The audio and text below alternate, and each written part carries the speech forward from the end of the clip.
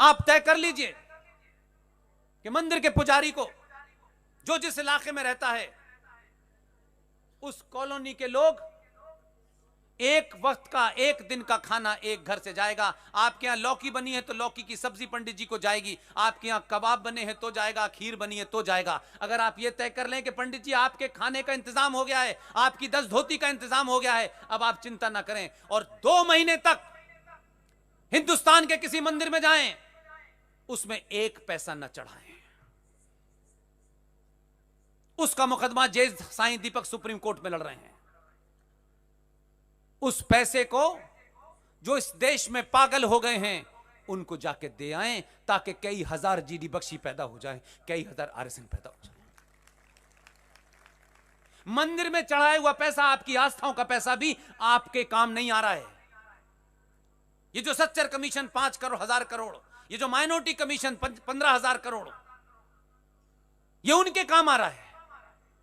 उनको IAS PCS बनाया जा रहा है और एक पीसीएस बनने के बाद झारखंड के अंदर एक पुलिस वाला अपने घर के अंदर सरकारी निवास में बैठ करके जिहाद की ट्रेनिंग दे रहा है। क्या करेंगे आप नॉन वायलेंट लोग हैं।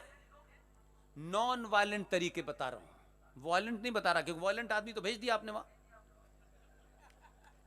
आप मंदिरों पर जाएं, पूजा करें, प्रसाद चढ़ाना है तो बूंदी के लड्डू चढ़ा दें, सरकार से कहें इसमें से ले जाएं चौथा हिस्सा और खा लें इसको। आप अपने हाथ में जो है वो करिए। आप मंदिरों पे पैसा 2 महीने मत चढ़ाइए। जो भी पैसा चढ़ाना है कहीं शहर के हिस्से में उस डिब्बे में डाल दीजिए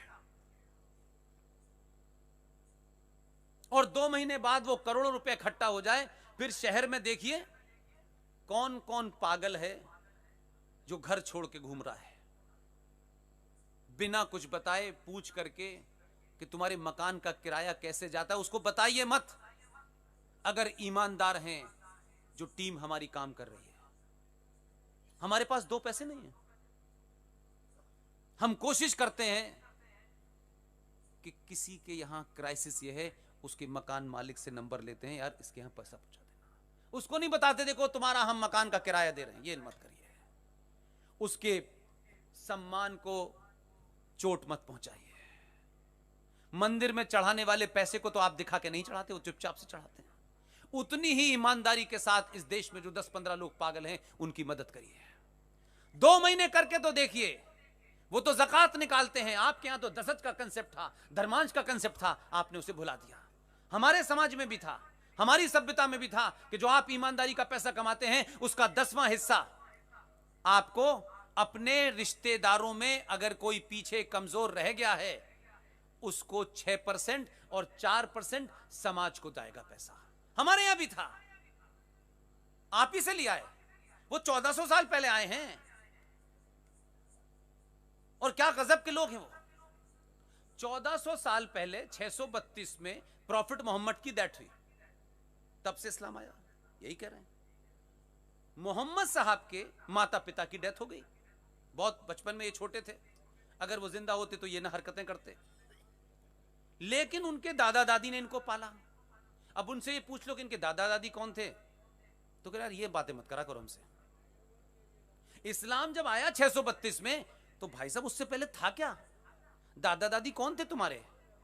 वहीं से गड़बड़ चल रहा है तुम्हारा तो मामला। तो ये सवाल नहीं पूछते आप।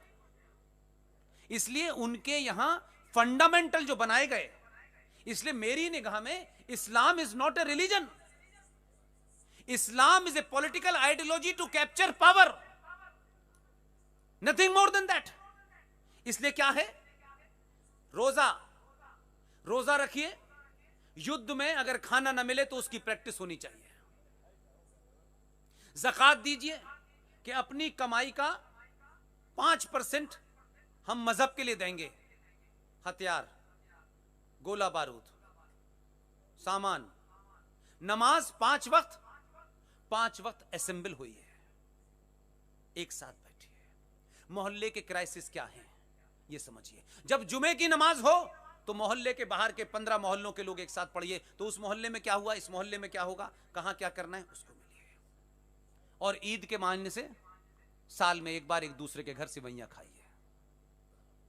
और ईमान की कमाई से पूरी दुनिया से मिलने के लिए हज करने चाहिए। पूरा पैटर्न यही है, उन्होंने उसे मजहब का नाम दे रखा है, इसी से चल रहे हैं। मक्का जाएंगे, पूरी दुनिया के मुसलमानों से बातचीत तय हो जाएगी। जुमे की नमाज में 4 मोहल्ले इकट्ठे हो जाएंगे, रोजाना नमाज अपने मोहल्ले में पढ़ेंगे। रोजा रखेंगे कि अगर बुरा वक्त आ गया, फाका करना पड़ा, 4 दिन भूखा रहना पड़ा, उसकी प्रैक्टिस करेंगे। और पूरी दुनिया में इस्लाम तलवार से फैला। फारूक अब्दुल्ला के बाप दादे इकबाल मोहम्मद, जिसने आपका तराना लिखा है, जो पाकिस्तान का सबसे बड़ा शायर माना जाता है, उसके पूर्वज सप्रू ब्राह्मण थे। ये उनके डॉक्यूमेंट में है। तो मोहब्बत से फैल रहा है इस्लाम। कहां फैल रहा है? मोहब्बत से तो बच्चे फैल रहे हैं। आप दुरुस्त फैक्ट पे बात कीजिए। इसलिए आपने मुझे इतनी देर तक सुना, मैं इसके लिए आपका शुक्रगुजार हूं। आज के प्रोग्राम के आयोजक जनाब जिग्नेश कैला साहब से मेरी दरख्वास्त है कि इस शहर में, इस देश में बहुत सारे दीवाने घूम रहे हैं, मैं ही अकेला नहीं हूं। मुझसे बेहतर बोलने वाले, मुझसे अच्छे बोलने वाले, मुझसे अच्छी तरह दूसरी बात रखने वाले, अपने सब्जेक्ट के माहिर लोग हैं। ये सिलसिला टूटने न पाए, इसको जारी रखिए।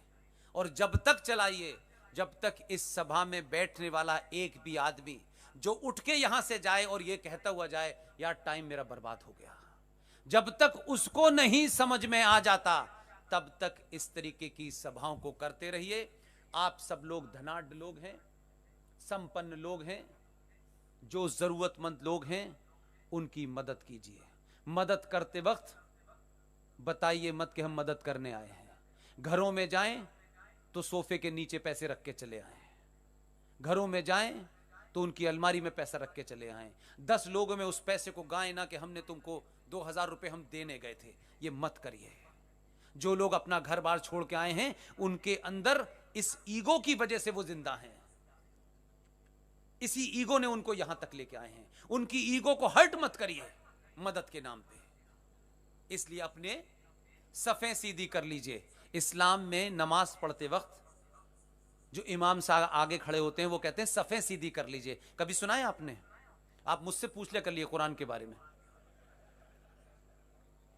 सफ़ें सीधी करने का मतलब ये होता है कि जो लाइन लगाते हैं, लाइन लगा लगा खड़े हो जाते हैं, उसमें भी जाहिल बहुत हैं, ऐसी बात नहीं। वो जाहिल ये समझते हैं कि सफ़ें सीधी करने का मतलब है कि लाइन से खड़े हो जाना है, बिल्कुल एक हाथ का फासला लेके, कहीं लाइन नहीं बिगड़नी चाहिए ना। इस्लाम में सफ़ें सीधी करने का मतलब है